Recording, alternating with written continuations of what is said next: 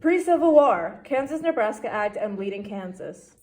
In 1854, Stephen Douglas introduced a new bill that would split Nebraska into two different territories, the first being Kansas and the other remaining to be Nebraska.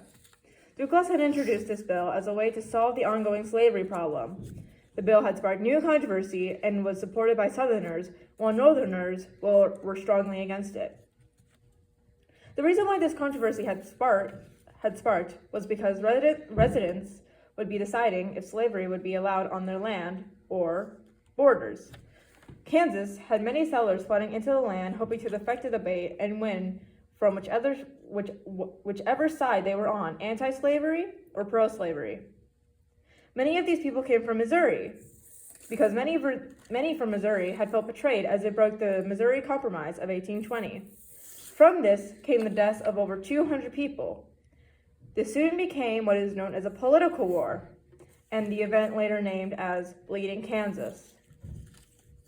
One of the very well-known murderers that caused 5 of the 200 deaths was John Brown, who came believing he was doing a mission from God in the fall of 1855.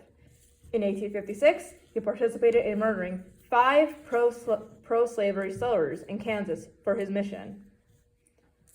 Now, in May of 1856, E, or Edward Bridgman, sent a letter to his cousin Sidney describing the current situation in Kansas.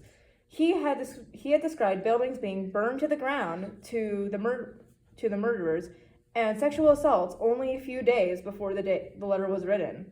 A postscript left at the end of the letter states that it would be the best to not reveal who sent it, leaving the nickname E on the letter